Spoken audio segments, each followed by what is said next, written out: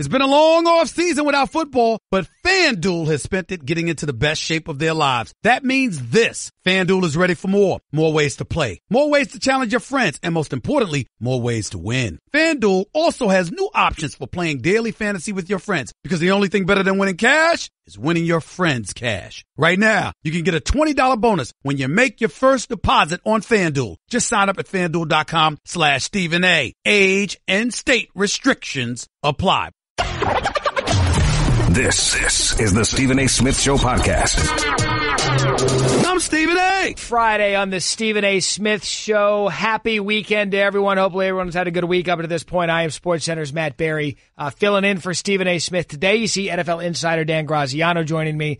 One of my numerous TV wives, Nicole Briscoe, will also be hopping in on the Friday edition of the Stephen A. Smith Show. Barbasol finally making razors. That's a no-brainer. Check out the Barbasol Ultra 6 Plus with 6 ultra-thin blades. Save on the Ultra 6 Plus at Barbasol.com. As always, give us a call, 888-SAY-ESPN, 888-729-3776. Plenty to get to on today's program, but I want to start in the NFL's preseason.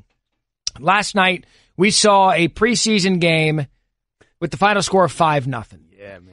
Now, for those who don't know how the TV business works, when you're working your way up in the TV business, we start in small markets, and we put together what we call a resume reel of our best work to send off to small markets to hopefully get a job in a bigger market.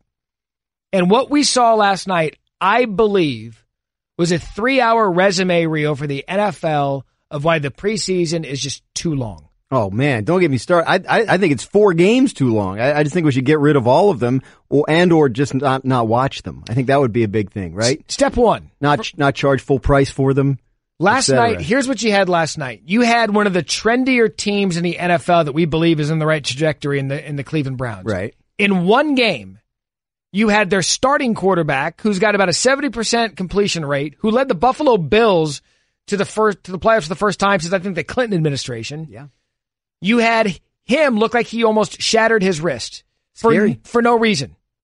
Then you had the number 1 pick, the future of the franchise, run into his teammate, had to have a concussion test. And so within one game, you almost had 2 quarterbacks. We still don't know the details of Tyrod Taylor. Although the x-rays came back negative, they're going to watch him. It seems positive, but they'll check it out. I mean, nothing says it can't swell up overnight or today, so we'll find out. But so far, so good there. So that's step 1 of last night's game. Yeah.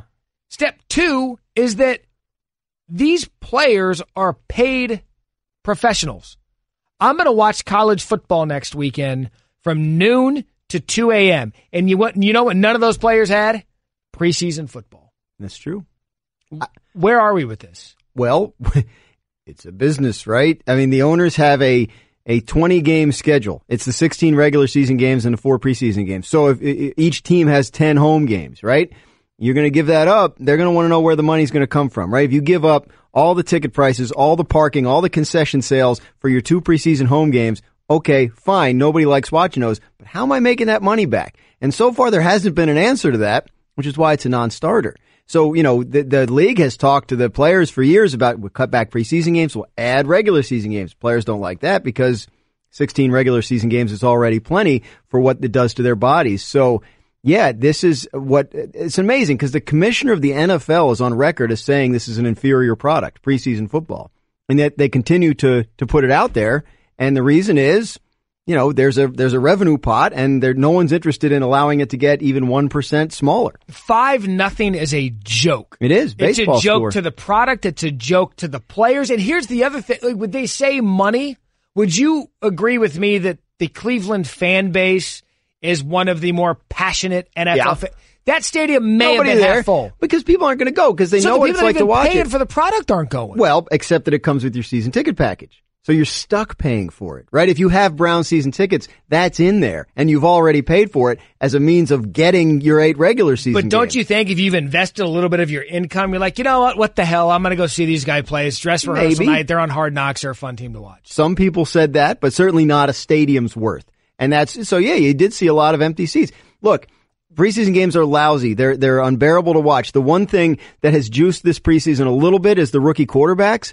But yeah, all you have to do is wince once to watching a quarterback go down. Tyrod Taylor landed on his left hand. All of a sudden, where's all that wonderful hope the Browns are talking about? Now you got to start the rookie. As exciting as he is, still a rookie. Not the plan. I couldn't believe he went back in the game. I believe he wanted to go back in the game because he's probably sitting there going, I'm not going to let this kid take my job. But I can't believe they let him go back in the game. But it's alarming. There's no question about it. I just can't believe that here we are sitting here in this day and age, and we're talking about the NFL, who says player safety is paramount, and all of this with concussions and rule changes. The only thing preseason does, in my opinion, is shed negativity on mistakes the NFL keeps making. Well, the rule changes. Yeah. Because that's all we've talked about the first 3 weeks of the preseason, how bad the new rules are. If there's a positive, it's back of the roster guys making a name for themselves, guys playing their way onto rosters. We got a guy running around here the last couple of days, Victor Cruz, that made the Giants in the preseason, right? With a performance against the Jets that everyone still remembers when he caught 3 touchdown passes in a preseason game. So there is some of that. For me, you can still do that in practices or joint practices, and the coaches can evaluate.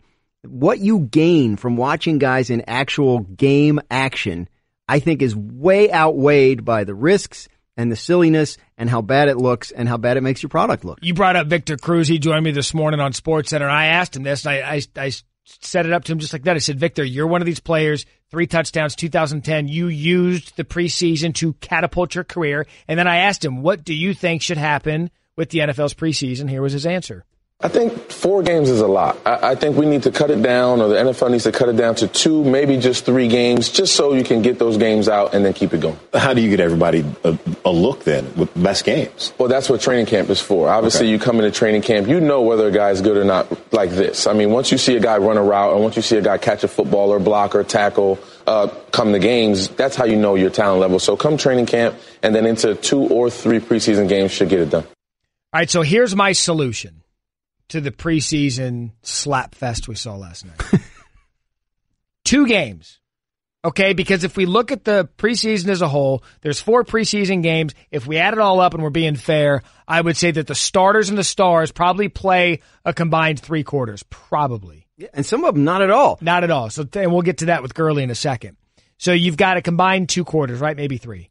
2 preseason games. Either make the first one or the last one about the starters, right? Okay.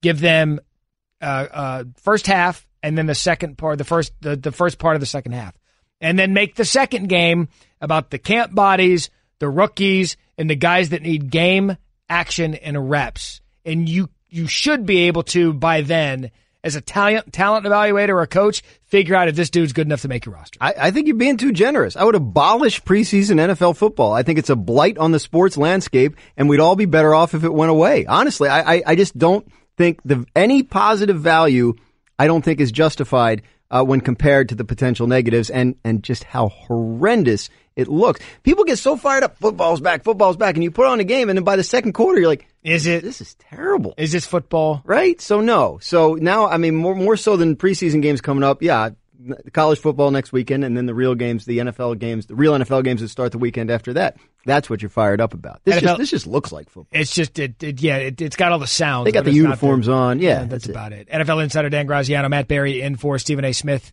today. Nicole Briscoe, she'll be joining me after her SportsCenter duties are over. You'd mentioned Todd Gurley, or you'd mentioned starters not playing at all. Rams. Because he goes on the record in front of the microphone, so this is my dream. Everyone's dream is not to play in the preseason.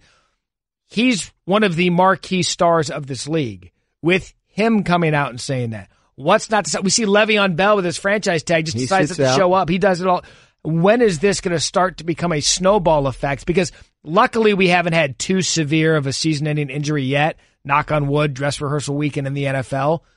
But someone like Gurley could have an impact on some of these young stars in the NFL. You see it a lot with running backs. I mean, Dalvin Cook with the Vikings, a young guy coming off of injury. He didn't play the first game. Did he play the second game? They've been holding him out. I think he's playing this weekend. In Atlanta, Devontae Freeman and Julio Jones are not going to play in any preseason games this year. That's a plan the team has. They just don't want to expose them to that. So I think you're starting to see it. I mean, it's not just Gurley with the Rams. I don't think Goff's going to play on Saturday, Sunday, whenever their game is. So if you believe your guy can get ready without this, then why would you do it to him? You have 90 guys. You have 90-man rosters. You can play whoever you want. If you believe someone's that important to you and that they can get ready without these games, that to me is an open and shut case. Why play them? One of the preseason games tonight, Giants-Jets, and there are numerous storylines in this game. I want to touch on the first one with you, and that is Odell Beckham Jr. coming back from the ankle injury. He's worked out. He's been active in the preseason. Start, number one, with Odell in the preseason playing, but two, I want to talk to you about his contract as well. Well, yeah, I mean, they're tied together. I mean, I think the Giants weren't going to initiate contract discussions until he showed up for camp, and he's done everything they've asked him to do. He was in minicamp. He showed up for training camp. He's participated in practice at a level that I didn't anticipate he would until the contract was done, including joint practices against the Lions. Now, I don't expect to see him in this game tonight. I think he'd be crazy to put himself in that situation with that much money at stake. But he's done everything the Giants have asked him to do, and that has gone a long way in terms of getting them to the table and to the point in the contract discussion where it looks like, things are positive and something looks like it'll probably get done. Which is amazing from where this thing started. 6 months ago? I thought this was going to be one of the most rocky off seasons for a team because Odell Beckham's not shy. Yeah. But you had mentioned with me this morning that the effect that Pat Shurmur has had on the player. You've heard that from some people inside their building, that the relationship with the team is so much better between Odell Beckham and Pat Shurmur gets a lot of credit from people there for that, just in terms of how he's approached it, the way he's talked to him about the value of being there for these off-season practices, the way he's presented it to him in a way that, kind of has convinced Odell to show up again for more work than I think we expected him to in training camp in the offseason. And so if that's the case, I mean, then that's a huge thing for the Giants, who have to get this player signed. And if the new head coach is responsible for getting his frame of mind, and then by extension the team's frame of mind, in a place where that can now happen, then that's a big win for him right out of the gate. I am of the opinion with the Jets that they are not a playoff team with Teddy Bridgewater started at quarterback. No. So I think Sam Darnold could win the starting job tonight. What do you think? I think he can, if he hasn't already. I think the question the Jets are asking themselves right now is not just, is Darnold ready and is he going to be okay if we make him the starter, but it's also, is he our best chance to have a good and successful year? I mean, he can do things these other guys can't do, and Bridgewater's played well, and he's a former first-round pick. Yeah. But Darnold is the number 3 pick in the draft for a lot of reasons, and they believe he's somebody who long-term can be their franchise quarterback. And if they think that he can elevate the ceiling for them at that position beyond what Bridgewater offers, beyond what Josh McCown offers, and they're convinced that they're not going to do him any harm by putting him in this early, then I think he's got a real good chance to start week 1. You look across the league with the Bills, you've got Josh Allen, injury situation with A.J. McCarron. At least we thought it was worse than it ended up being. Everything we've heard out of Bills camp is that Josh Allen could be the guy. I think the one rookie quarterback you're probably not going to see aside from Lamar Jackson, we've taken care of that with Joe Flacco. Maybe Josh Rosen. They're in a decent situation with Sam Bradford. They don't really need to rush him in. But if you look at some of these rookie quarterback teams, the Browns electing to start Tyrod Taylor makes me believe that they believe that they're a playoff team, and Tyrod's perhaps the best body to get him there. Everyone hopes they're a playoff team at this point. I think they believe that they were drafting their franchise quarterback number 1, and at the time, whether they knew it was Baker Mayfield when they got Tyrod Taylor or not, they believed they were going to draft their future franchise quarterback number 1. And they wanted to create an environment in which whoever that was got as much time as he needed to be ready. Mm-hmm. And they believed that having Tyrod Taylor this year created that environment because they feel like they could start him 16 games if they need to. They believe he's good enough, and since he's been there, he's been everything they've expected and more. So whatever time Baker Mayfield needs, whether it's a month, whether it's 3 months, whether it's an entire season, they think they can give him that because of Tyrod Taylor's presence. Whether they, in their heart of hearts, believe themselves to be a playoff team after an 0-16 season, I doubt it, but I think that the plan is whoever they were drafting at number 1, they didn't want to be in a position to rush him into regular season action, and Taylor gives them that luxury. Get me out of here on this one, NFL insider Dan Graziano, Matt Barrie in for Stephen A. Smith. Dress rehearsal weekend, NFL preseason. If you, NFL insider paid by ESPN, are watching one thing this weekend, what are you watching? The family and I have been binge watching Brooklyn Nine-Nine, which is that's not what I meant. Give me an NFL storyline. NFL storyline. I like the rookie quarterbacks. I do. That's the only thing I've liked about this preseason, and I think Darnold is fascinating. Baker was on last night. But yeah, I'll watch Josh Allen. That's fun stuff. So to me, how those guys are progressing, how soon we might see them, that's the storyline. That's what I'm tracking. Can I wow you with a hot take real quick? Please. End of the season, Chad Kelly starting quarterback Denver That's Broncos. interesting because he's probably the number 2 at this point. Watch. And yeah, I don't know what they're going to get from Keenum. It'd be good. Keenum would be a good story if he built on last year and became a successful player, but I don't think you can assume that. That's one to watch. So let's clip that off for the archives. Yeah, hold on. Stephen A. Smith's back on. I'd like to just insert this in the show whenever. Dan Graziano, enjoy the weekend. Brooklyn Nine-Nine. If you're going to binge watch before the season starts, before the NFL season. Oh, it's funny. I can't believe we missed it when it was on the first time. Yeah, that's what all these streaming sites are for. Dan Graziano, thanks for joining us. Surprise a loved one today with a bouquet of 1-800-Flowers.com. When you order a dozen multicolored roses for only $29.99, you'll get another dozen absolutely free. Go to 1-800-Flowers.com/ESPN. We have made the hot switch, figuratively, literally, with the chairs. Hello, Nicole Briscoe. Hello, Matt Barrie. What's going on? Do I say good morning or afternoon to you? What does it feel like to you because you've been awake since, 4 a.m.? 3:15. Okay. The body says it's probably like happy hour time. Yeah. But you've had human hours this week on SportsCenter. I feel like an actual, human hours, yes. I feel like a human this week, and it goes back to normal next week so that I get to be like the half, all because that's what we do, because you do the 7 a.m. SportsCenter during the week. And then you have the weekend. Yeah. So, the alarm goes off at 3:20, and you're like, whoa, hold on, it's only 4. Yeah. Right. And then we joked about it the other day that because we were both on I believe it was the noon show on Monday, the 10 a.m., that we were actually going to be awake to watch sports. Right. Live sports at night. It's like a weird thing, but then you realize it's only preseason, so you're kind of like, Yeah, what was the lead today? What'd you guys, was it the preseason game? Yeah. It was. Nick Foles. Well, because I think that's actually somewhat of a story. I mean, come on. The Eagles have scored no points. None. Okay. I'm glad you're on that side of it, because we were in the show today talking about just Nick Foles struggling, and I love how everyone all of a sudden is surprised. Nick Foles isn't struggling. Nick Foles went Nick Foles. Well, okay, time out. Because I think that this is actually a two-part thing. Yes, I think that you have Nick Foles who does the whole peaks and valleys thing in his career. He's either great or he's whatever we're seeing now. Yeah. But how many people are not playing for Philly right now? He doesn't have Nelson Aguilar. Nope. He doesn't have Alshon Jeffrey. There's no Jay Ajayi. There's no Darren Sproles. They're Offensive without their line's left tackle, yeah. I think, too. I mean, so everyone's gone. I'm not super shocked that they're awful. I think they're more awful than awful for a preseason. I don't care if my team goes 0 for the entire preseason, but I expect to see a little something. And I also don't care that, and Philly fans are going to hate hearing this, but sorry. I don't care that he won the Super Bowl MVP. What?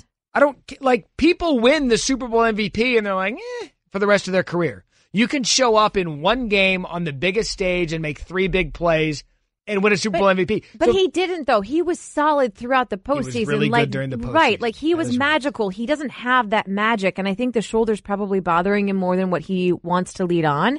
This is just me coming up with stuff off the top of my head. That's what we do. Right, yeah.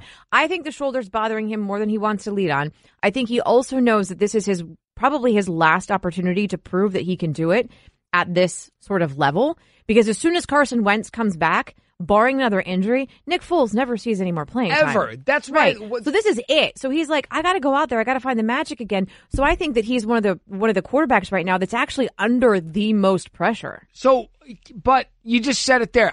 The Eagles could come out and start 0-2. With Foles. With Foles and still be fine with Wentz. Fine. When they're trying to sell me on, Nick Foles struggles, who cares? Because it is the Super Bowl MVP, and it is the Eagles, and that is a story, at least for the preseason. Dexter Jackson won a Super Bowl MVP. I don't even know who that is. There you go. All right. And this was fairly recent, 2003. Larry Brown won a Super Bowl MVP. Deion Branch. These are people that... Okay, yeah, because the year that Dexter Jackson played for the Buccaneers, by the way. The year that Green Bay won the Super Bowl. Desmond Howard. Desmond Howard won Our very own college game days Desmond Howard. Yes. Hell of a college player. Fine. You have those great games and those great moments, but I feel like those names that you just mentioned, those are sort of fewer and far between than sort of Tom Brady won the Super Bowl MVP. Sure. But that's more common. I guess my point is that we're acting like Nick Foles is someone who he really isn't because he was Super Bowl MVP. If he was Super Bowl MVP Nick Foles all the time, he wouldn't have flamed out with the Rams or the Kansas City Chiefs, and he probably wouldn't have left Philly to begin with. Why you gotta hate? I'm not hating. I'm bringing a dose of reality to people who woke up this morning all up in arms that Doug Peterson's my offense. quarterback for my team isn't even going to play tonight. I don't even know if we're going to see him again before the regular season. Aaron Rodgers. That's your guy? Do I even care that he's not playing in the You're a preseason? Packers fan. No, I am. Are you? I am, yeah. Here's what we're going to do, because this is fun, because we normally, under our TV time constraints, Yeah. and they make us rap all the time, but we can't have personal conversations. Right. And typically when we do, we're like writing notes in between commercial breaks. So for the rest of this program here, Stephen A. Smith Show, Nicole, Briscoe, Matt, Barrie, we're going to give us each other like one little nugget about each other. Random facts. All over the place. All right. And 888-SAY-ESPN's number. Call us and give us a random fact about yourself. It's Friday. It's happy hour. Watching the Eagles offense last night may have given you frequent heartburn. See what I did there? Like the kind where you have antacid stashed everywhere in case it pops up. You know what I mean? You keep some in your bag or your desk or your car or your nightstand. You have those chalky tablets ready whenever, wherever heartburn strikes. Well, listen up. There's an easier way to deal with your heartburn. It's Prilosec OTC.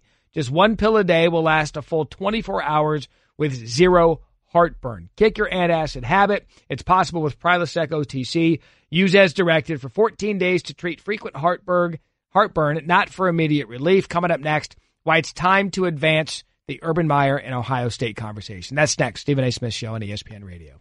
I just saved hundreds of dollars by switching to Geico. I'm as happy as a clam. Disclaimer. Geico cannot guarantee you will be, quote, as happy as a clam, unquote. The Geico legal team cannot accurately verify clams even experience the complex human emotional state known as happiness. As an invertebrate mollusk living half submerged on the ocean floor with no arms, legs, or wireless access, what's there to be happy about? A clam's all like, oh, I'm so happy I didn't get turned into New England clam chowder today. Pronounced regionally as chowder. Chowder. Oh, that's so fun to say. What were we talking about again? Geico. 15 minutes could save you 15% or more. You're listening to the Stephen A. Smith Show podcast. Nicole, Briscoe, Matt, Barrie back. Stephen A. Smith Show, ESPN Radio, presented by Progressive and Home Insurance. Getting a quote is easier than ever. Happy Friday to everyone out there. And Briscoe, I approach this Friday very excitedly, but also slightly depressed. Why? And I know that's a very up and down thing to say. It's weird. It is. Because I understand that tomorrow will be the last Saturday without a full Saturday of college football. And you know, college football is my drug. That's reason to be excited, though. That's right. That so now you're depressed because the summer's over. Oh, no, I know. So this morning, we have a bunch of crazies in makeup. I say that lovingly. Did you see they had like the fall candles and leaves out? I'm like, hey, guys, can we whoa up on the excitement about fall? Because here in Connecticut, like once winter starts, it doesn't end for like 9 months. It's like Winterfell in Game of Thrones. Yes. So I'm all for a little cooler weather, but let's just simmer. You know what angers me is that kind of behavior when people get out there with the candles and whatnot. And when I see pumpkin spice, the pumpkin, when a coffee, when Starbucks comes out or Dunkin', whatever your coffee distributor is, comes out with the pumpkin latte garbage now, stop. Go away with that and Oktoberfest beer. There should be a rule that it should be October. It should be October, hence the name Oktoberfest. I'm on board with that. So that's kind of my up and down behavior right now. Christmas lights and decorations can't come out until at least Thanksgiving.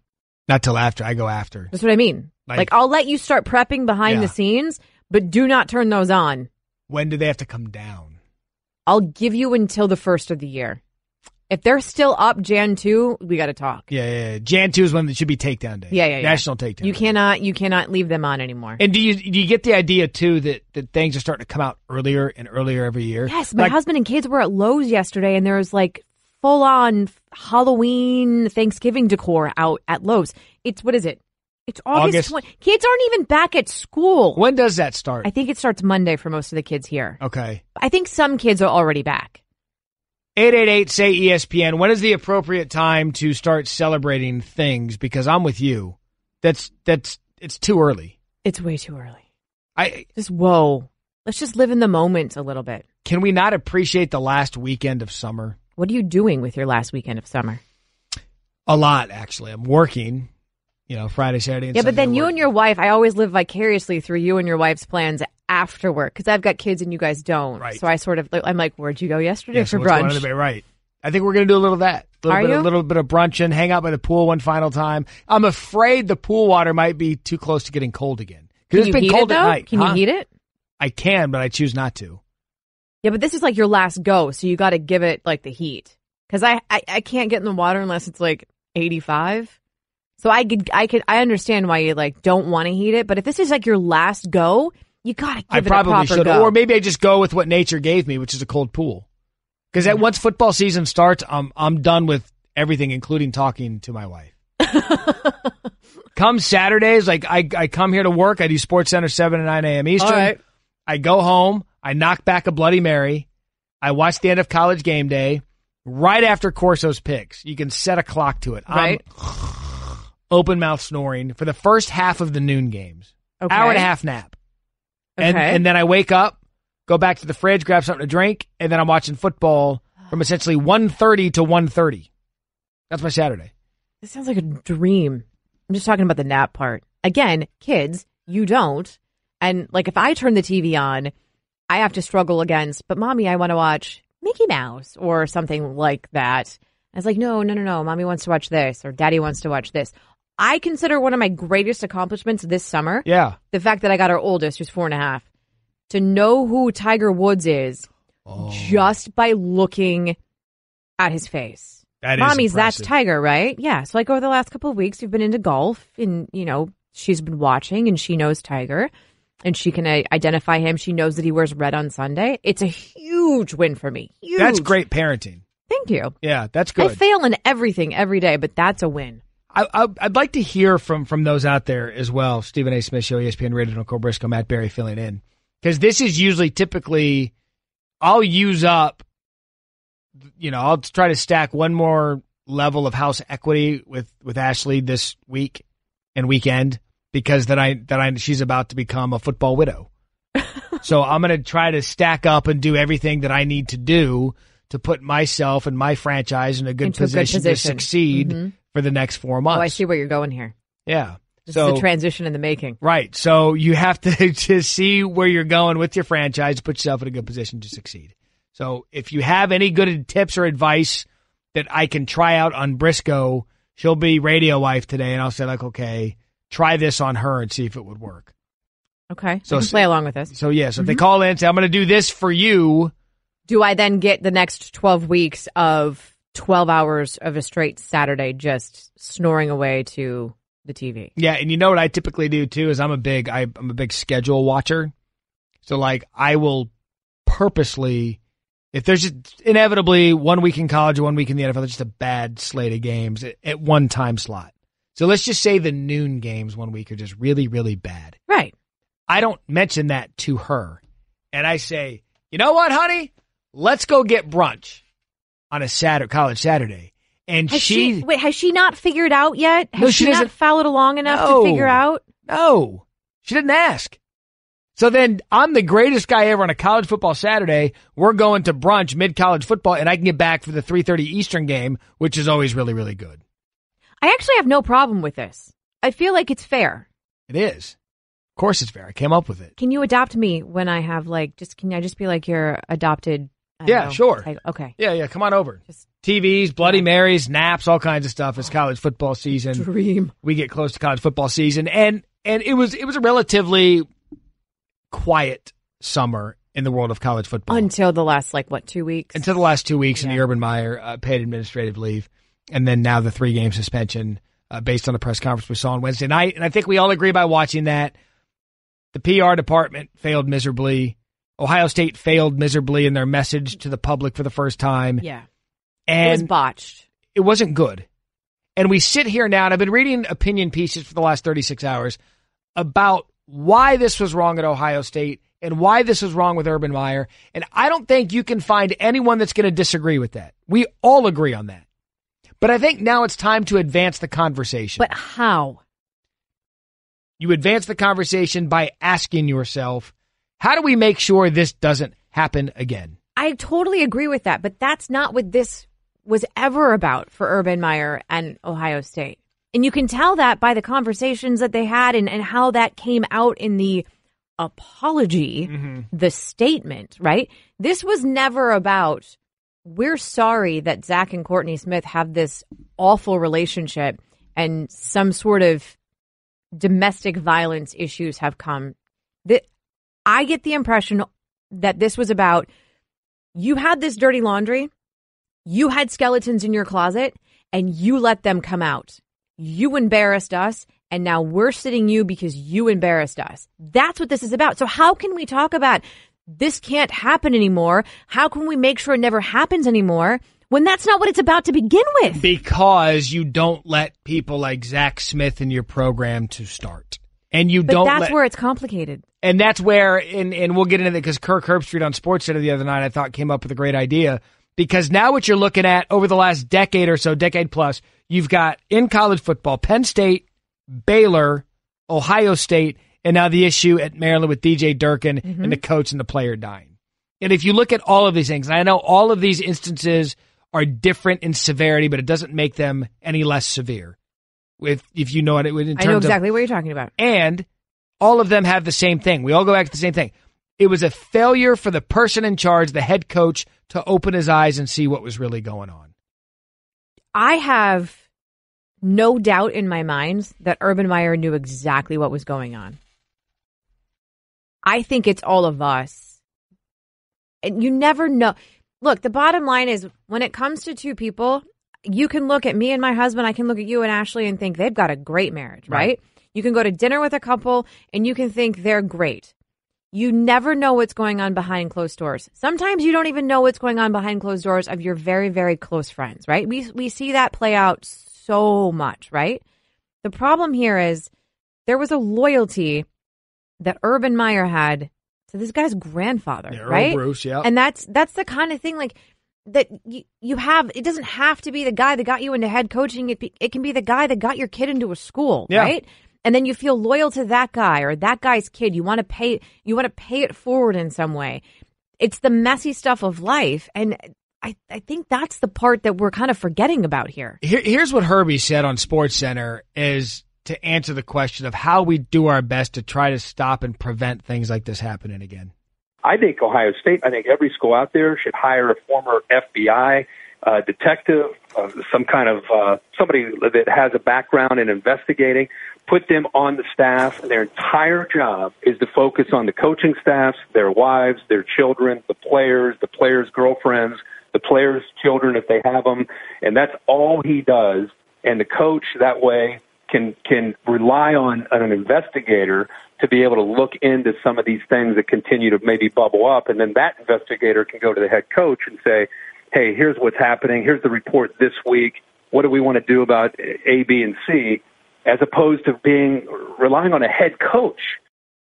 See, for me, that makes all the sense in the world. You bring in someone like that Herbie was talking about to not only screen these hires of some of these assistant coaches that have no business being around young men, college campuses, and women on campuses, and two, have them literally, and this sounds awful, literally have them police the football program. But why? So now you need like a former FBI agent to be the moral compass of a program?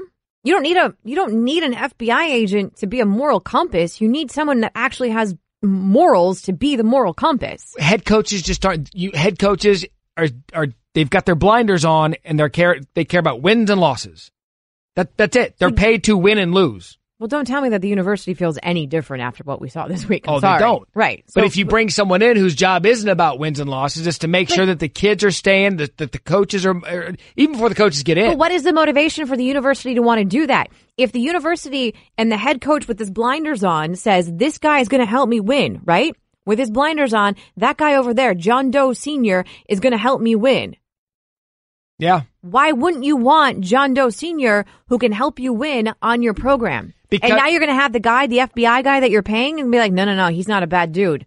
No, and that's it. And something has to happen so we don't sit here and have another Ohio State and another Baylor and another Penn State. I don't disagree with you. I just have a hard time saying, how are we ever going to get this to work when it's never about that to begin with?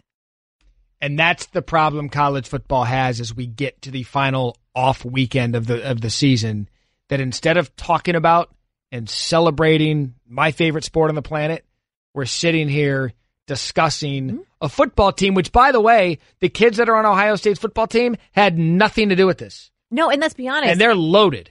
And let's be honest, too. If Urban's mistake here is that he brought a guy in who's not a good dude. Yep. Right? He's not the one who allegedly laid his hands on someone else. So that's not his crime. That's somebody else's crime. We got to be careful where we point the fingers. Well, and that's where a lot of it's been. And what Urban Meyer did was lose 2 press conferences. He's 0-2, and Heather Dinich said that, wrote that beautifully on ESPN.com. He's 0-2 in press conferences. He might beat Ohio State every year, but in the court of press conferences, he's 0-2, and he's got to get that fixed. That's Straight Talk Wireless, nationwide coverage on America's largest and most dependable 4G LTE networks. Coming up next, we want to talk NFL preseason, how to fix that. If you're on hold, stay there. We will get to you in the final free weekend of not only college football, but the NFL. How are you going to spend it to make sure you can spend the rest of the season doing nothing like me? Nicole Briscoe, Matt Barrie, Stephen A. Smith Show, ESPN Radio. Guess what? You're in the middle of the Stephen A. Smith Show podcast. Damn it, I mean it! It's been a long off season without football, but FanDuel has spent it getting into the best shape of their lives. That means this. FanDuel is ready for more. More ways to play, more ways to challenge your friends, and most importantly, more ways to win. And FanDuel has new options for playing daily fantasy with your friends, because the only thing better than winning cash is winning your friends' cash. They even have preseason fantasy contests running up to week 1 of the NFL. Right now, you can get a $20 bonus when you make your first deposit on FanDuel. Just sign up at FanDuel.com/Stephen A. Age and state restrictions apply. Nicole Briscoe, Matt Barrie, here on a Friday having some fun. Final free weekend before full weekends of football. I'm a big TV, streaming, Netflix dope. So I would like to recommend a couple of things for you to watch before the season starts. I have my pen ready because all right. I need to get caught up on lots. For the Netflix crowd, Wild Wild Country. It's a 6-part documentary, and it is fantastic. It's on a cult. You into cults? I'm not into them, but yeah. Okay, so it's okay. Cults where? In Oregon. It started in India. This guy named Bhagwan Rajneesh. Oh. Yeah. Okay. You're aware. Have you seen Wild and Wonderful Whites of West Virginia? No, but should I? Yeah. Really? It's one of those sadly eye-opening documentaries where you're like, that actually happens. And Wild Wild Country is also a doc. It does explain a lot. And it's called what? Wild Whites of West Virginia? Wild and Wonderful Whites of West Virginia. It sounds been out for a while. It sounds like everything that the name has entitled. That's a docu-swap right there. All right, so the other one, I believe it comes out August 31st, which you're going to have to really cram it in to get it in before football starts in earnest. Ozark.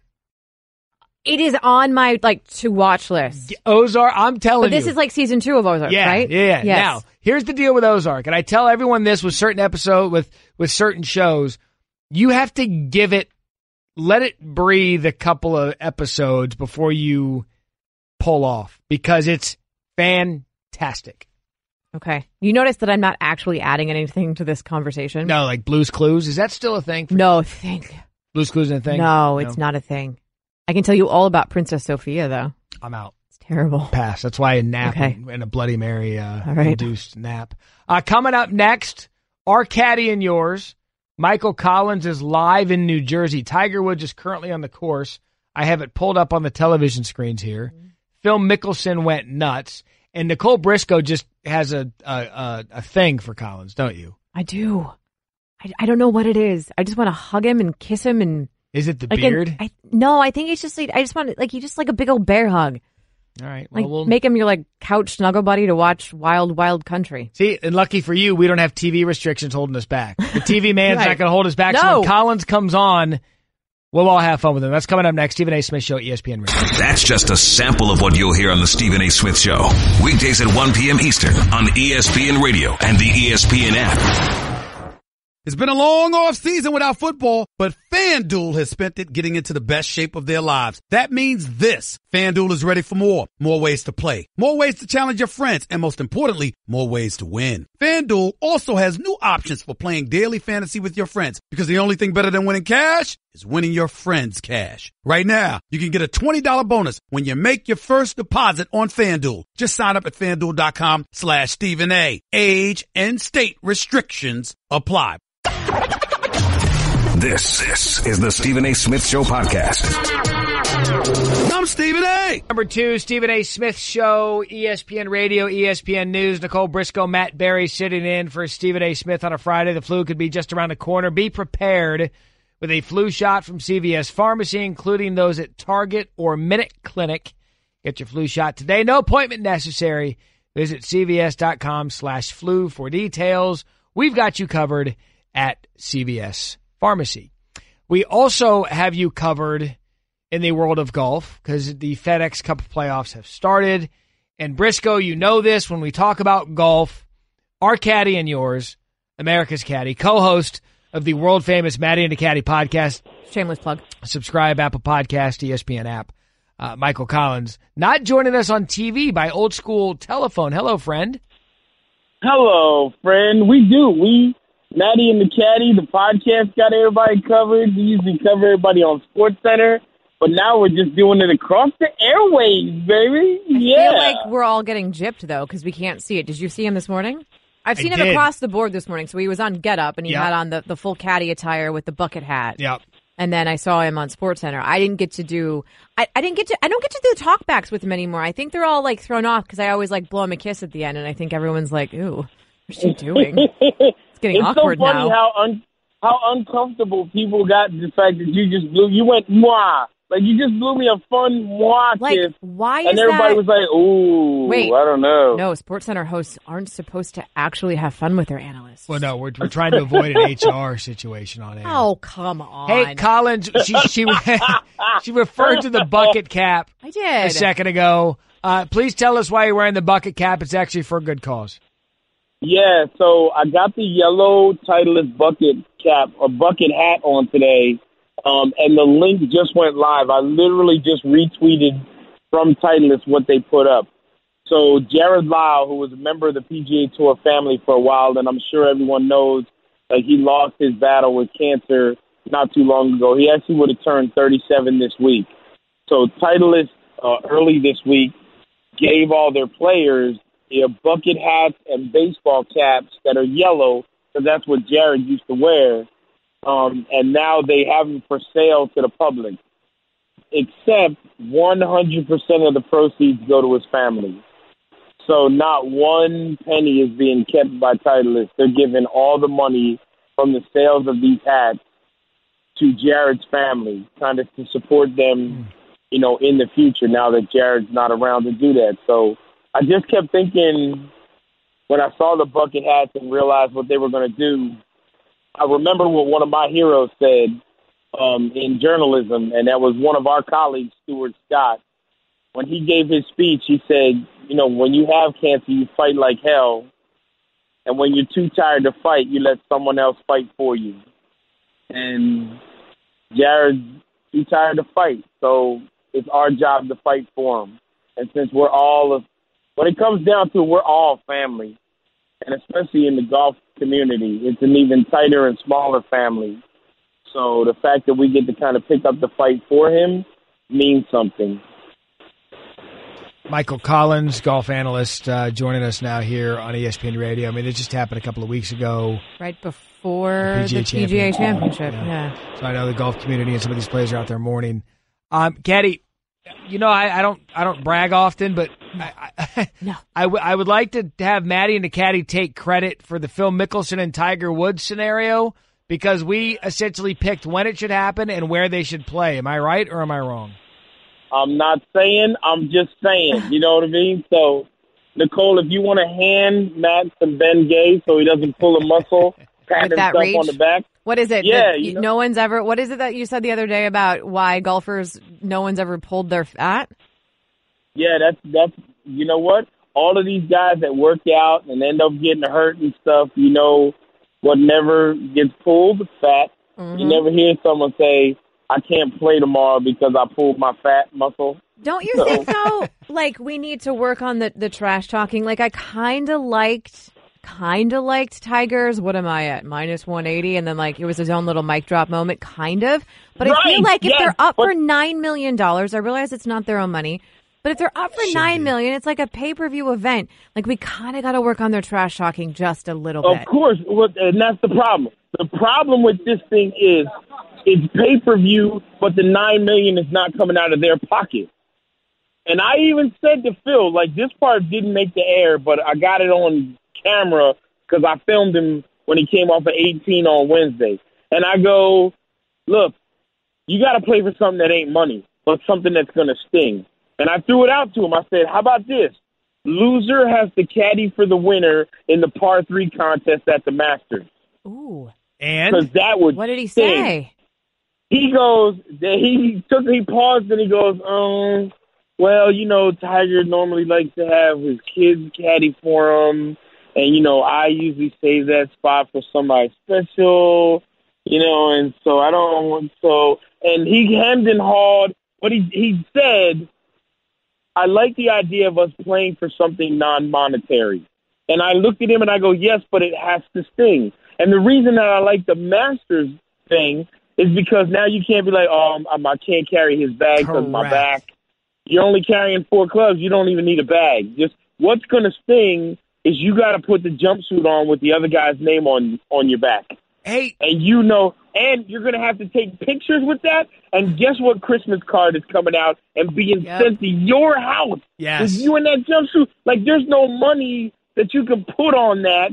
But if you're 3 down with 4 to play, now if you're not playing for your own money, you're like, nah, I already got $10 million. Like, whatever. I don't have to grind. But if I'm like, I'm not putting that dude's name on my back, you can kiss my behind. You will grind like you're playing for the life of one of your children when it comes down to it. And that's what we need to find for them. So why even play money at all? Sucks. So why even play for money at all? Because when it was thrown out there originally, the idea was when Tiger said, I'll play for whatever makes Phil uncomfortable. So that's a big enough number. But here's the inside baseball stuff about it. It was supposed to be for $10 million.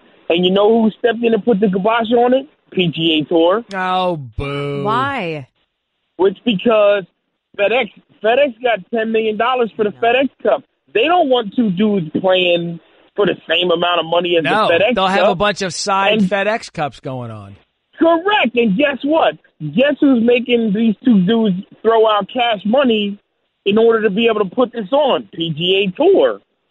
Because they're not a part of it, but they got to get the rights money, too. If these dudes are going to have their face on TV, the tour is like, nah, you can't do that unless you're going to throw us a little cheddar. So they had to lower the purse. The tour's got to get paid. You know, because people are talking about, oh, they should do some stuff for charity. Yeah, they should do some stuff for charity, but let's pull the curtain back here and be honest. Everybody's trying to get paid just a little bit. You know, so it's a little bit dirty the whole way around, which is why they have to play for something that's going to sting because, Nicole, like you said, this is also what's going to make the smack talk get real good. Like, if I'm playing and I have to put a jumpsuit on that has your name on the back of it, then guess what? My smack talk might get a little personal because I don't want to lose. You know what I mean? It'll turn into a roast. Hey, did we? Did we miss somewhere the pay-per-view price? Have we missed that? I don't think I saw it. No, they haven't even put it out yet because they already know that they're feeling a little bit of a backlash for putting this on pay-per-view. And that's one of the things. You're not going to be able to tell me when you say, why are you doing this? Well, we're doing it because we want to grow the game and bring a new audience. Really? A new audience? You think a new audience is paying for this? Like $29.99? You know what I'm not going to pay for that I've never watched before? Cricket. You're not going to, hey, I'm going to teach you all about cricket with the best cricket players in the world. And if you want to watch it, it's only $20. You know what? I'll keep my $20 and go get a case. You know what I mean? Yeah. And I'll learn about cricket a different way. I'm not going to do that. So they're still figuring the details out. If you listen close, Mickelson, when I first asked him about it, he said the number $10 million. Because he hadn't even realized at the time that the tour made them knock the number down to 9. So they're doing all this stuff on a string and a wire. I kind of feel like they announced it before they were ready. Too, yes, well, that's because too much stuff was leaking out. But look at the picture on what looks like that sign that they put out between Tiger and Phil that says the match. Tiger's holding a left-handed club. Yeah, that was poorly done. I saw that. That was poorly done. Well, some people were like, "Are you going to play Phil left-handed?" And he just laughed. No, lefty. Hey. I was like, but that would be something. That would be an in-game bet. What if one hole the caddy's got to play too?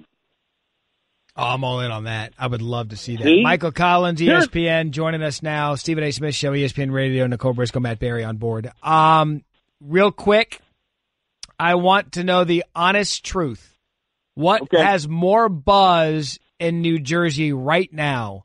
This actual Northern Trust in the FedEx Cup playoffs or Tiger versus Phil? Oh, man, that's hard because, well, I had to say right this second the Northern Trust because Phil birdied 5 of the first 6 holes. Yeah, today. On fire. So he came out, smoking. And Tiger's on the golf course right now. So, when Tiger's somewhere and they're about to go on TV, so it's like when people just Tiger really still move the needle. Tiger's the needle, the stand, and the shipping crate it came in. That's ridiculous to even ask that question. So I would say yesterday at about 6 o'clock, it was all about the match and the smack talk. But right now, it's gotten kind of back to the tournament. All right. Michael Collins joining us. By the way, you'd have seen Phil's round if you weren't busy sucking up to all the suits in New York on Get Up this morning. You don't get that much time to SportsCenter. Yeah. I did do SportsCenter. Guess what? Let me tell you something, mister. I didn't have to get up at 3:30 in the morning. You can go ahead and suck an egg because I was hustling so hard, I didn't even have time to change out of the jumpsuit and came to the course so I could do Golic and Wingo. Poor baby. And then ran back to the hotel to change clothes because I didn't want to be in the jumpsuit from a 12:20 SportsCenter hit. Yes, SportsCenter. So y'all just sitting in there, no makeup or nothing on. I hate to see you on crush ESPN you, Live, but Barrie was Nicole, up. Obviously, Nicole doesn't have a hair person for radio, even though there's cameras on right now. I'm watching y'all. I see what's up. You're going to go there. What's wrong with Hey, it? I was up at 3:30, dope. I do the 7 a.m. every Friday. What's wrong with my hair And now? what's wrong with Briscoe's hair? Nothing's wrong with it. It just isn't At least teased I out like it have normally hair. is. I got hair. I got a face afro. Leave me alone.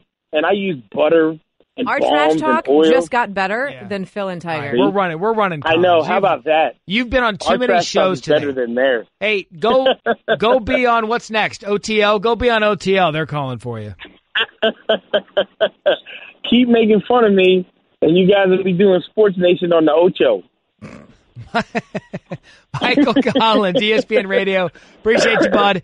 Maddie and the Caddy, download the podcast. You can get this kind of witty repartee every week. ESPN. I love you guys, and I'm blowing a kiss anyway to you, Nicole. Why is he still on? Get him out of I'm sick of hearing from God.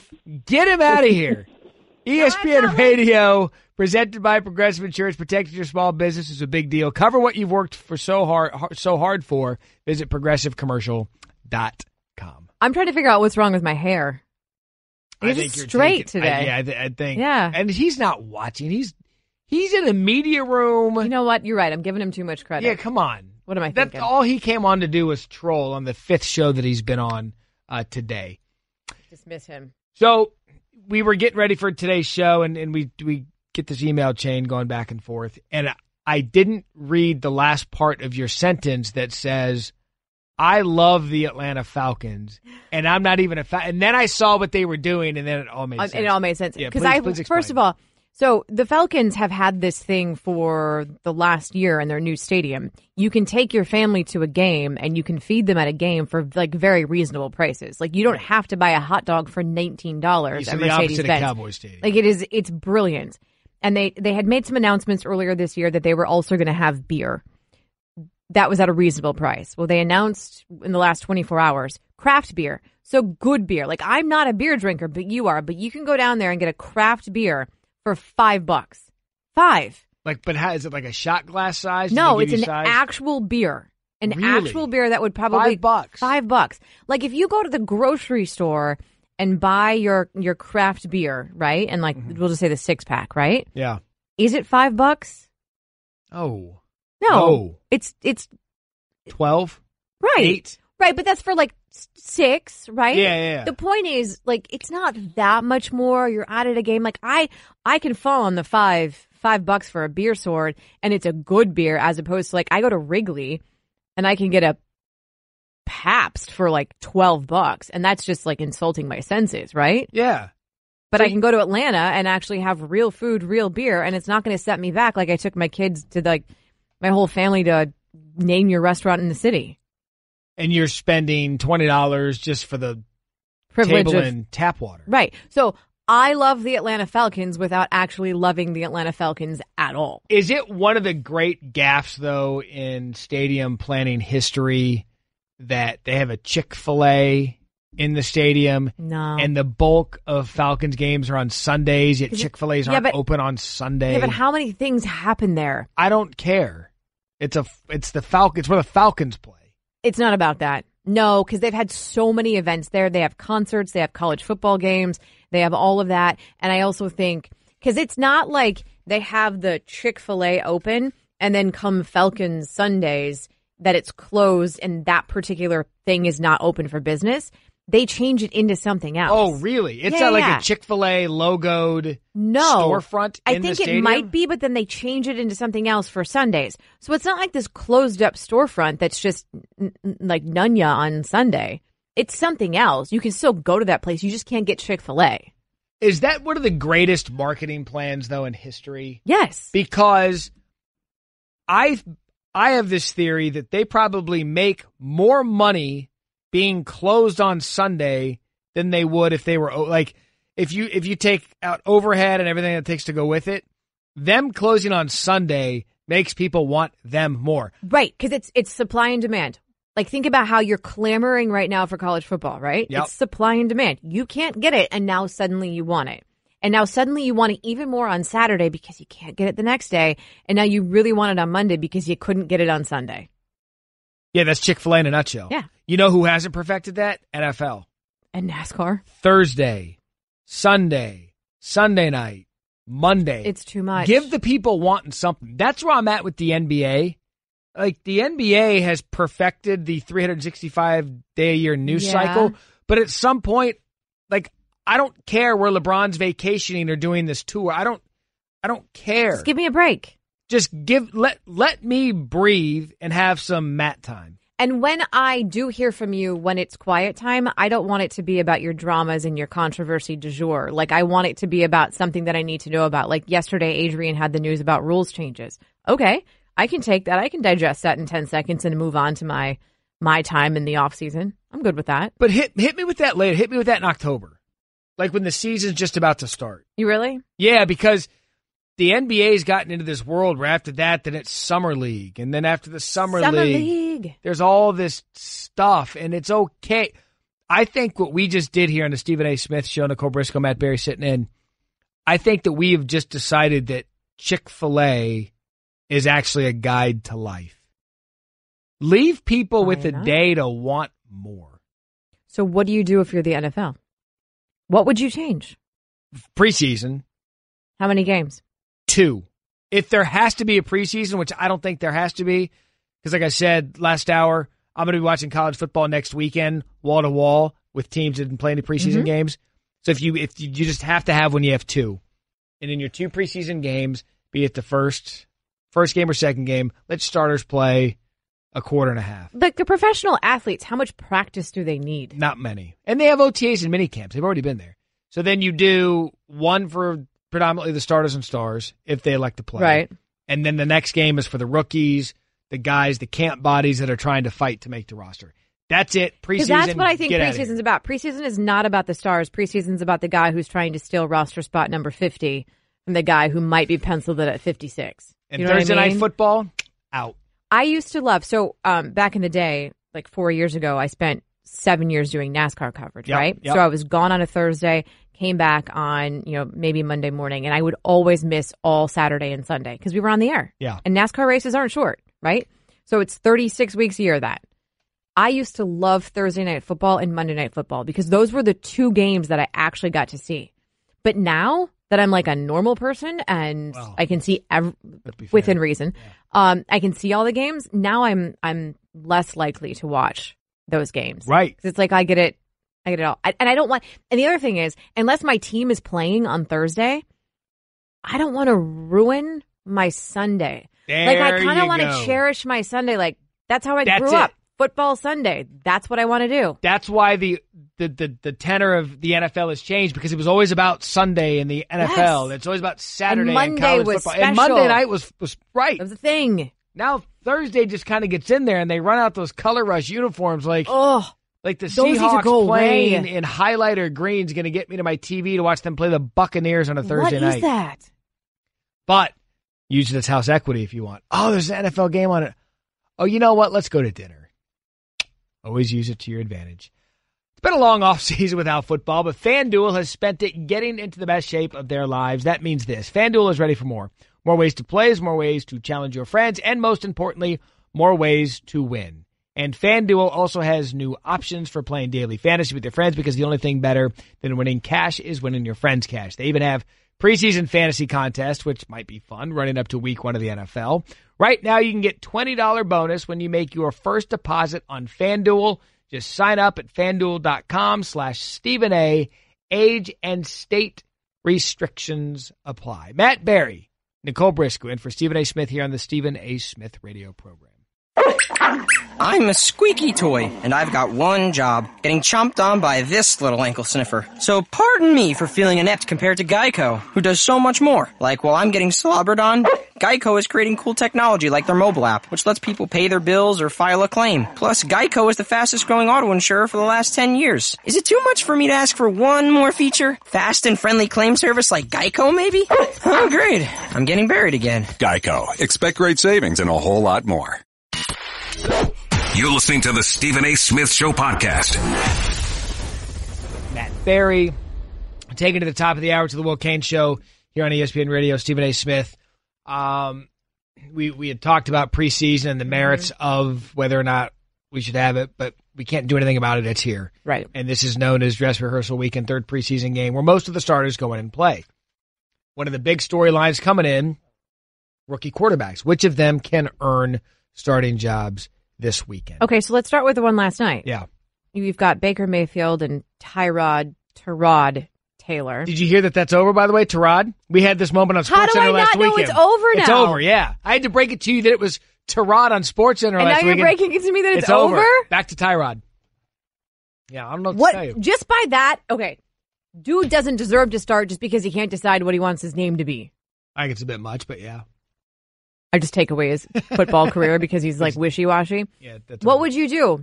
Because I look at that game last night, and there's no way that Tyrod Taylor should have been back out there after the wrist hand thing. None. No way in hell. I understand, like, he's looking at it like, this guy is breathing down my neck, and this may be my one chance, and I've got to go out there and prove that I can do it. Mm-hmm. There's no way. So what are you doing? What are you doing, Browns? Well, they're being the Browns in that moment. I thought they had gotten better than that. But I wouldn't start Baker Mayfield yet. Because Tyrod Taylor's proven that he can take an organization that knows nothing about the playoffs recently, Buffalo Bills, and lead them to the postseason with less a roster. And he's also clean. Like, he doesn't turn the ball over much. He's a pretty safe quarterback. 70% completion rate. Yeah. You brought him in for a reason. He has a nice roster. And let me tell you this. If Josh Gordon's any bit of Josh Gordon, Jarvis Landry's having a hell of a camp, and if they for some reason sign Des Bryant, they got this Antonio Callaway, the rookie out of Florida. I think the Browns offensively are in a good position. Ride Tyrod until you just prove that he's not your guy. Or the other guy's ready. I think Baker is going to be ready by next year. But he looks, I just don't think there's any need. You don't need to rush him. You're not in a position where you have to. The only thing is, you took him number 1. Aware. But they shouldn't have signed Tyrod then. They signed Tyrod before they drafted Baker, right? I think yes. I think they went hand in hand. Like, we're going to sign. Yeah. Because I remember when they signed, they had Tyrod. I think they traded. Was it a trade? I think it was a trade. Yeah. Oh, yeah, because then they also got rid of Kaiser because Kaiser went to Green Bay. It was dealt to Green Bay. They got him for Demarius Randall, the corner. But then they signed Carlos Hyde because I remember at the time, it was like either take running back out of Penn State, Saquon Barkley, either take him one because he's the best player in the draft. Which I never understood why that wasn't a thing. When you need so much, when you have a roster like the Browns and you need so much, why not go for the guy that you think's the best player in the draft? Right? I agree. And so I remember when they brought him in and then Tyrod was like, wait, they signed Tyrod, who just is coming off a really good year, who's been to the Pro Bowl. They just signed Carlos Hyde. So what are they doing with Saquon Barkley? And so this is a long roundabout way of saying, of the teams that drafted a rookie quarterback, I'd put Browns number 1 of not needing to start him, and Arizona Cardinals with Josh Rosen number 2 of not needing to start the rookie quarterback. I think the Jets are the ones that have to start the rookie quarterback. And I think with the Browns, when your bar is so low, you've won a game in 2 years. You go out and win 4 games, you're like, yeah, that's not bad. You win 8 games, you're like, oh, this is like we just won the Super Bowl. Like this is amazing. So I think if you're terrible, if for some reason the Ofer snowball starts to roll, you're not putting in Baker Mayfield. Oh, see, that's when I put him in. No, because now you're so bad, and now you've got your number 1 draft pick, and then the narrative around him is that even he can't win a game. That's when you cannot put him in. No, I hear what you're saying. I think you Nate Peterman, Tyrod again, but you do it with the number 1 pick this time. The most famous examples of number 1 picks that have started on awful teams and had horrible records and then went on to be Hall of Famers, Troy Aikman and Peyton Manning. Both drafted number 1 and went on Colts teams. Were awful. I know the Cowboys won, I think, maybe 1 game in Troy's rookie year, and Peyton Manning and the Colts were awful. Even Peyton Manning was awful his rookie year. But the second the season is out of reach, put in the rookie, let him learn. Let him try to fight to get a win. If your team's 0-6, fight to make them 1-6. Is that something you can do because it's Cleveland, but something you can't do if you're in a city like New York? It's because you do it with Baker Mayfield. I don't care what city he's in, you can do it with Baker Mayfield because I legitimately believe of the players that got drafted, he, of all of them, has the most ability to put the team on his back to win. I think Josh Allen physically is the most impressive. I think Josh Rosen is the most ready. I think Sam Darnold's the most raw. But I think Baker Mayfield's the guy that you bring him in, he'll find a way to win with half the size and arm strength, but that's just who he is. See, I was the one that never really drank the Darnold Kool-Aid. I was either. And I'll be the first person to admit he has looked far more impressive to me this preseason than I expected him to. He has made some of the mistakes that he made last year, and the whole thing was, he doesn't have the receivers, he doesn't blah blah blah blah blah. And I wasn't sure I ever really bought that because I thought he was making like young mistakes at USC that if he had stayed an extra year, I thought, maybe I'll drink it then. Mm-hmm. But he has looked better. He's looked more mature, more composed than I thought he would this early in his professional career. Yeah, and again, he's raw. I mean, he's got the arm strength, he's got the size, he's still got some of that college baby fat chub on him. But even they have Teddy Bridgewater. But that's the other thing, because I think you're now going to go into a situation where Darnold can win the job this weekend. I firmly believe he's the leader in the clubhouse. He can go out there this weekend, look sharp. Jets aren't a playoff team with Teddy Bridgewater anyway. So if you're not a playoff team going into the season with a veteran, go with your future. Go with your future, use your assets, deal Teddy Bridgewater. Someone who needs. Because you're not going to deal McCown, because you're not going to get for McCown what you could get for Bridgewater, because the upside there is still, is he the guy he was before? Is he still Teddy Bridgewater, or is he the guy that the doctor's like, oh my God, I can't believe I put that knee back together? But he's had a good enough of a preseason to fool someone whose quarterback's starving to come in. I said the other day, I think it was Monday I was doing this program, that you could probably get the Patriots to call for him. Absolutely, but then the problem there is you're not going to get a whole bunch for him in that trade because you're dealing him to a team that doesn't need him as your primary quarterback. You're dealing him to a team, like there are a whole bunch of teams out there that need a backup quarterback. I mean, you could look at Tampa, potentially. You could look at Carolina, potentially. But again, all of those places, they need a backup. They got their main guy, so you're not going to get the world for Teddy Bridgewater. You need to find that team that suddenly needs, oh no, I got to have my guy. That could be Jacksonville. They've got Blake Bortles, No. Cody Kessler, Tanner Lee. I heart Blake Bortles. No, he's your starter. You need a primary backup. It's a backup. But there's not one team in the league that needs a starter. I'm looking at teams right now of like guys that can win jobs. They're in the team. You look Dak Prescott, Sam Bradford / Josh Rosen, Josh Allen, Andy Dalton, Phillip Rivers, Drew Brees, Blake Bortles, Matt Ryan. You're right. There's no place out there that absolutely needs a quarterback right now. It would all be backup positions. Which is a good thing for the NFL because we hit a year. There was a year, it may have even been last year or the year before, we hit a dark spot in quarterback play where there were dudes that were starting that had no business being in the NFL, much less 3 years ago. It was maybe? bad. But now you look at where the league has gone with Jared Goff out there showing what he's got. I think Marcus Mariota is going to take that next step. Okay, that's a guy that has to. He has to do something else because that whole conversation between Mariota and Jameis Winston being, oh, these are the best quarterbacks, drafted 1, 2, blah, blah, blah. I kind of feel like it's stalled out. They've been in the league 4 years. I think this is their fourth year. Is it really? I think their fourth year. I'm getting old. My memory doesn't work anymore. But they got to do something because neither one of them, I feel like, has done. Carson Wentz went there fast, and I expected that out of one of them. I need them to take that Carson Wentz, Deshaun Watson. Deshaun Watson's another one. I can't wait to watch him this year. You look at that. Look at the young quarterbacks just right there. Now, the sad thing about that is 2 of the 3 are coming off major knee injuries. Watson and did you read the article this morning on ESPN.com? It was all the arguments about how Carson Wentz and Deshaun Watson could still both not be as good this year as they were last year and still be legitimate MVP candidates. Isn't that amazing? Yes. And that's good for the league. That's how good they are. It's good for the league that these young quarterbacks are coming in and really taking a hold of their franchises when for a couple of years it's like I think Chase Daniels may have started a game. You know who I'm interested to see? Pat Mahomes. Really? Yeah, I'm in on that. What, did we just call you Louis Riddick? No, because if it clicks, he's got the best arm in the league. After that, what was it, the preseason game? Was it last? You and I were working together. Yeah. He had one good play. And we're special. like, oh my God, he's the greatest thing since sliced bread. It was one play. I think he threw the ball 80 yards from his tiptoes. I do not care. It was a play. You got to do that over the course of a long game. It's a good play. Fine. What do you got against Pat Mahomes? What did he do to you? What did he do? I don't know. You just don't like him. I like ribs in Kansas City. Dry rub? I just like the food in Kansas City. You know what? We're going to get into that. Jack Stack. Yeah, coming up next. Will you explain to the people what you're choosing to do right now?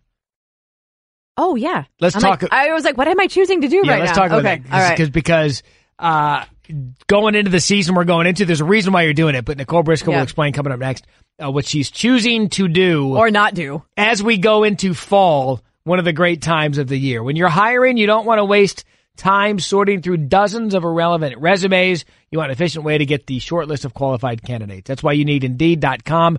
Post a job in minutes, set up screener questions based on your job requirements, then zero in on qualified candidates using an intuitive online dashboard.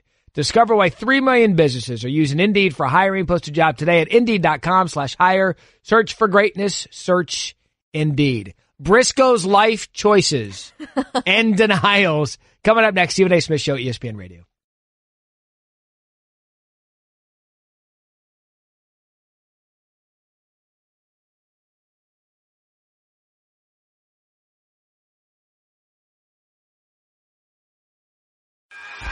Guess what? You're in the middle of the Stephen A. Smith Show podcast. Damn it, I mean it! Tiger Woods finally made a birdie putt, now 1 under. Cut hanging out at even at the Northern Trust. That's what he does. In New Jersey. He finds a way to make the cut. Nicole Briscoe, Matt Barrie alongside. When a player doesn't like a contract, they hold out, right? Well, with Straight Talk Wireless, you never have to because there is no contract and they use the exact same 4G LTE towers as the big carriers, but for a lot less. Straight Talk Wireless only at Walmart. Refer to terms and conditions of service at straighttalk.com. Get the triple action protection for optimal engine performance with Shell V-Power Nitro Plus Premium Gasoline. And one more for you, Briscoe. Tune in this Sunday for an AL East Battles of Yankees. Visit the Orioles presented by Indeed. Coverage of Sunday Night Baseball begins 7 Eastern, ESPN Radio, ESPNRadio.com, and the ESPN app, and at 8 p.m. on ESPN and the Watch ESPN app. Take a deep breath. Bills paid. Good. Now back to us. You have elected to do something in sport. I have. And in health. Yep. I'm with you on the in sport one. But you're not with me on the health. Okay, but they're kind of related. So please explain. Back in February, I decided to kind of like get my life together and sort of just hammer down. So I've actually lost almost 25 pounds since February 15th, which is, it's kind of embarrassing. Like you're like, I needed to lose 25 pounds. But also, I feel like I'm in better shape now than I have been. Like I'm not just eating differently. Right. I'm working out. I'm doing different things. Like I'm addicted to my Peloton. I do Pure Barre. I do a lot of running. I do Orange Theory. So it's like a whole bunch of stuff. And I decided that I was going to run a half marathon in October just because I feel like that's one of those, I don't want to say bucket list, but it's like, can you do it? Things in life, right? And I'm like, I think I should prove to myself that I can do it. And I just, you know, when you're like hovering over, don't hit send, and you're hovering over confirm. I sat there for like 10 minutes going like, I can do this. I can do this. To sign up for it. To sign up. Yeah. And finally I was like, register. And I confirmed, like, my husband's not even going to be in town. He's got a race in Atlanta that weekend. Like, he's not going to be here. I'm literally just holding myself accountable. And now this is the part where you're not with me, right? At all. So this whole thing started in February when I did the Whole 30 for the first time. So it's 30 days of like the cleanest diet. It's not a diet. It's sort of like a reset, right? Yeah. It's no alcohol. Out. This is where I lose Barrie. I'm out. No alcohol, no wheat, no grains, no rice, no dairy, no added sugars, no artificial sugars. Basically anything in your world that can be considered unhealthy for 30 days. That's all you got to do. 30 days, don't eat it. And there's a lot drink it. Or drink it. And there's a lot that you can't have. And so, like, this all started with that because all of a sudden I did this for 30 days. One, I started to lose weight. I felt great. But here was the big one. I get migraines. I get horrible migraines. I'm with you. Horrible migraines. I cut out the dairy and the gluten, and guess who hasn't had an actual migraine since February the 15th? So you think that's it? You think the dairy and the... That's actually a lie. I OD'd on cheese when I was at my parents' house, and I guess who got a migraine? Really? I like OD'd on cheese. I have to eat the cheese and the cheese curds, and I got a migraine. And I'm like, oh my God, this is what I'm doing to myself. So is there any way that I could do this with keeping in like a vodka here and there or a beer? No, because it's 30 days. Yeah, but I missed there's no good time to do it for me. Because the summer you want to drink. Right. Football season, you kind of have to drink. And then the winter, it's winter in Connecticut. What the hell else are you going to do? Drink. I think that's why you should do it, to prove that you can do it. It's like the half marathon. You don't have to do a half marathon. You just have to do 30 days. I don't know. I admire you for doing it. Because I basically... Okay, wait. Let's make a bet. Okay, My goal for the half marathon is nothing crazy. Yeah. I just want to finish it in 2.5 hours. If I finish it in 2.5 hours, I'll even give you under 2.5 hours. Yep. You have to do Whole 30. Done. Agreed on. Right now. I'll do it. All right. When's the marathon? October the 13th. It's just in Hartford. I thought it was in November. Oh, October the 13th. Ah. That's middle of football season. Hey, and you have to do it before the end of the year. You have to do the 30 days before the end of the year. I'll even give you like a couple of months to figure it out. Deal on Stephen A. Smith Show right here, right now. All right. Boy, I'm not going to do a half marathon. Now I really need to make sure I Now you finish need to start training. Hope everyone has a happy and safe weekend. Remember, use your time wisely.